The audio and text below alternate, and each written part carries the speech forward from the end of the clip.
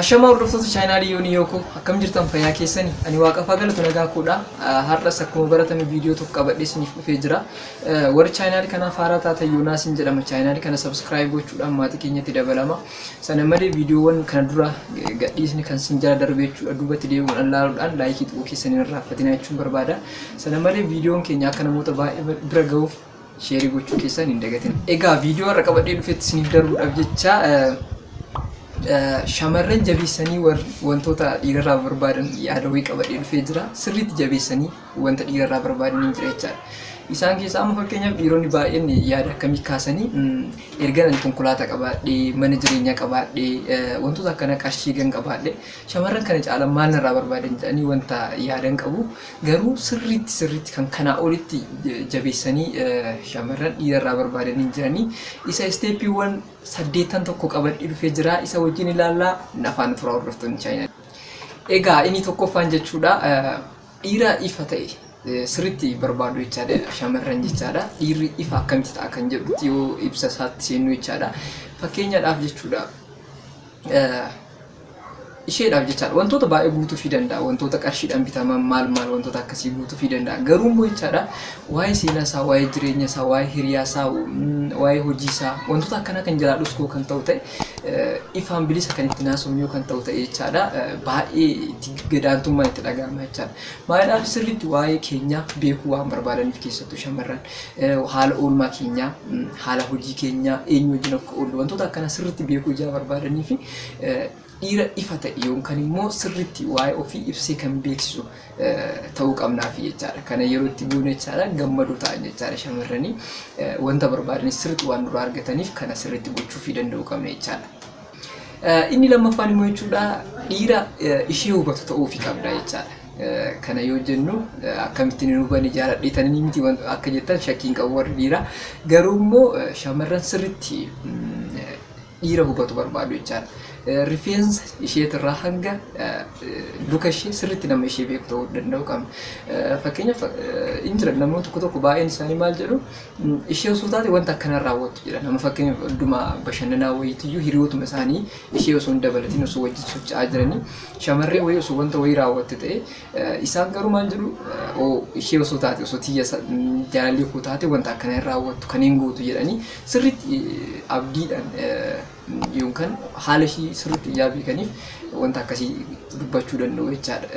Fakkeenyaaf gammachuu ishee fuula isheetirraa beekuu danda'anii gadda ishee fuula isheetirraa beekuu danda'anii ishee guutumaan guututti hin hubatanii jechaadha. Fakkeenyaaf isheen aartee guyyaa dhuftee ati masheen hin gammadduuf jechaadha. Isheen gammaduu ishee fuuluma isheetirraa ilaalteetu ni beekta jechaadha. Kanaafuu sirriitti dhiira ishee hubatu sirriitti barbaadu jechaadha shamarranii kanaafuu warri dhiiraa haga danda'ame hubachuudhaaf ishee beekuudhaaf wanta isheetti dhaga'ame akkasumatti ilaalletoo hubachuudhaaf sochii gochuun dirqama nuti ta'a jechaadha. Inni sadaffaan immoo jechuudha dhiira sirriitti yaaduu barbaaddi.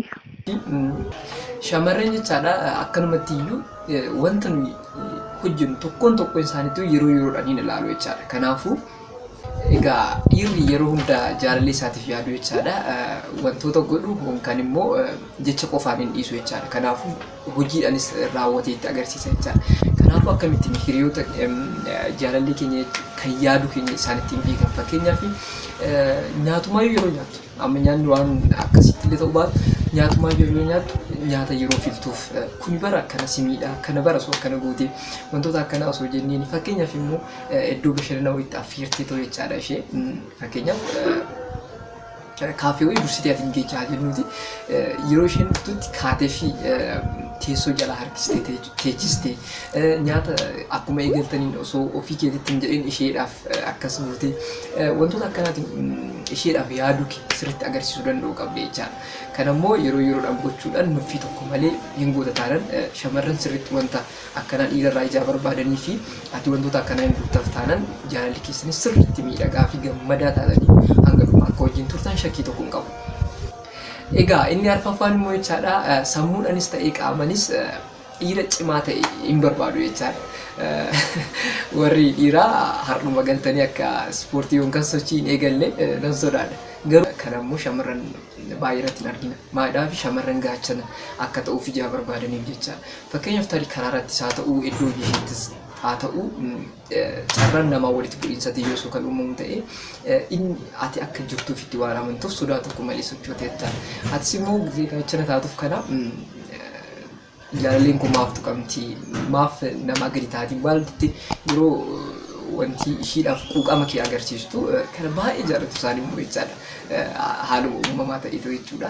Kanaafuu ati gaachana ta'uudhaaf sammuu keetiinis nama cimaa beekaa ta'uu danda'u qabda. Akkasuma qaama keetiinis nama jabaa ishiidhaaf gaachana ta'uu danda'u qabda jechaadha. Inni shanaffaan jechuudha dhiira jaalala kennuu danda'u ta'uu qabda jechaadha. Kana gizeen jedhu isheedhaaf tarii jaalala kennuu dandeecha. Garuu namoota birootiifis beelladootaafis maan taane ati jaalala ati kennituuf kabajni ati qabdu iddoo guddaa qaba taananii namni kun sirriitti sitti dhiyaachuu yookaan immoo jaalalli keessan gidduu jiru sirriitti cimaadhaa fi itti fufaa ta'a jechaadha. Egaa akkuma aadaatti illee ilmi dhiiraa akka guutaatti ilaalameeti kan inni guddifamu. Yeroo baay'ee olaaltanii laattan dhiirri jabaa bakka wantoota garaagaraa nama naasisuu wantoota akkana akkasitti akka godhamee guddifama waan ta'eef ilmi dhiiraa. Garuu ati yeroo kana direct ishee biratti yoo kan gootu ta'e xiqqoo wanti ishee sirraa barbaaddu sun faallaa jaati ta'uu sirraa fagaachuu dandeechi. Garuu ati immoo jechaadha jaalalaanii namoota hundaaf yeroo yaaddu miti namaaf uumamootuma garaagaraaf gaafa yaaddu baay'ee sitti gammaddi jaalalli ishee si qabdus baay'ee guddachaa deema jechaadha. Kanaafuu wantoota akkana fayyadamu keessan hin dagatina warra dhiiraa sirriitti itti fayyadama.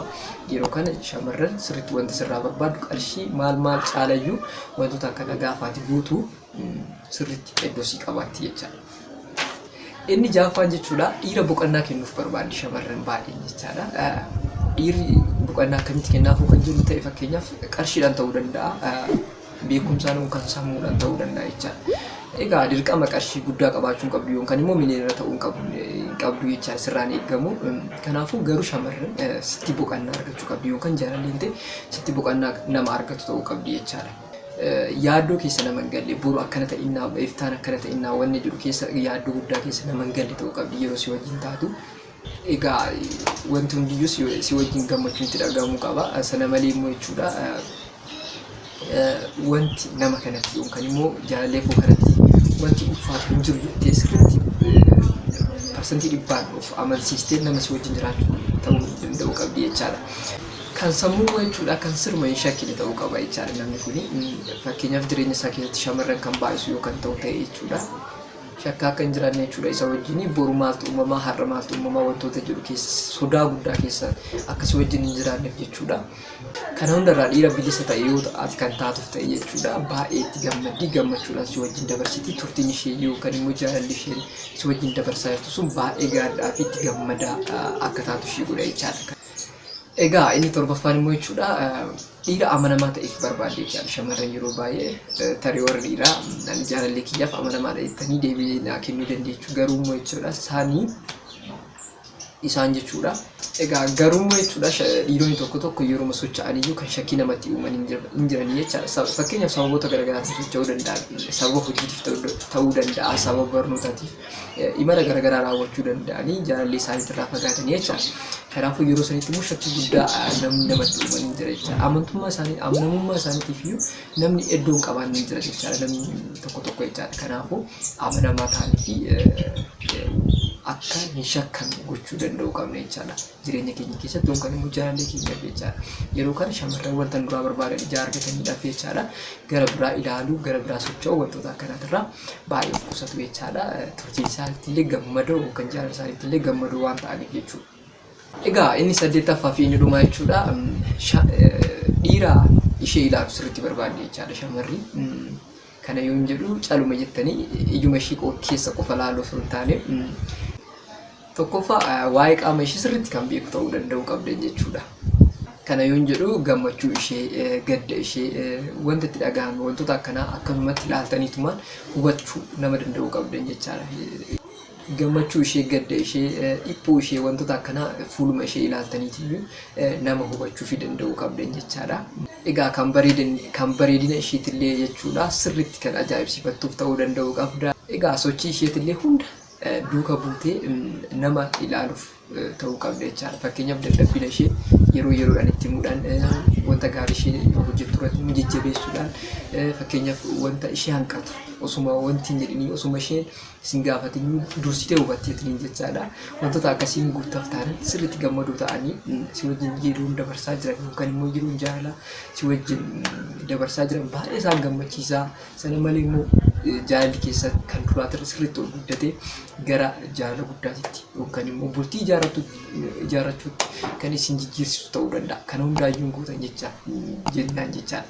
Kanaafuu gorsi aannas walitti isin kenne kun sirriitti warra dhiiraa itti fayyadamtan taanaan baay'eetti milkooftu jedhee namana. Kanaadhaaf viidiyoon har'a isinii qabadhee dhufee jechuudha hordoftoota chaayinaalii kootii. Chaayinaalii kana haaraa warra taatan chaayinaalii kana subscribe gochuudhaan viidiyoo keenya laayikii gochuudhaan yoo isin sirriitti isinitti tole immoo sheerii gochuudhaan nu jajjabeessuu keessaniin irraanfatinaa jechuun barbaada hordoftoota chaayinaalii yooniyoo. Egaa viidiyoo biraatiin dhufutti nageenyi Waaqayyoo iddoo jirtanitti isiniif haa baay'atu. Bye bye.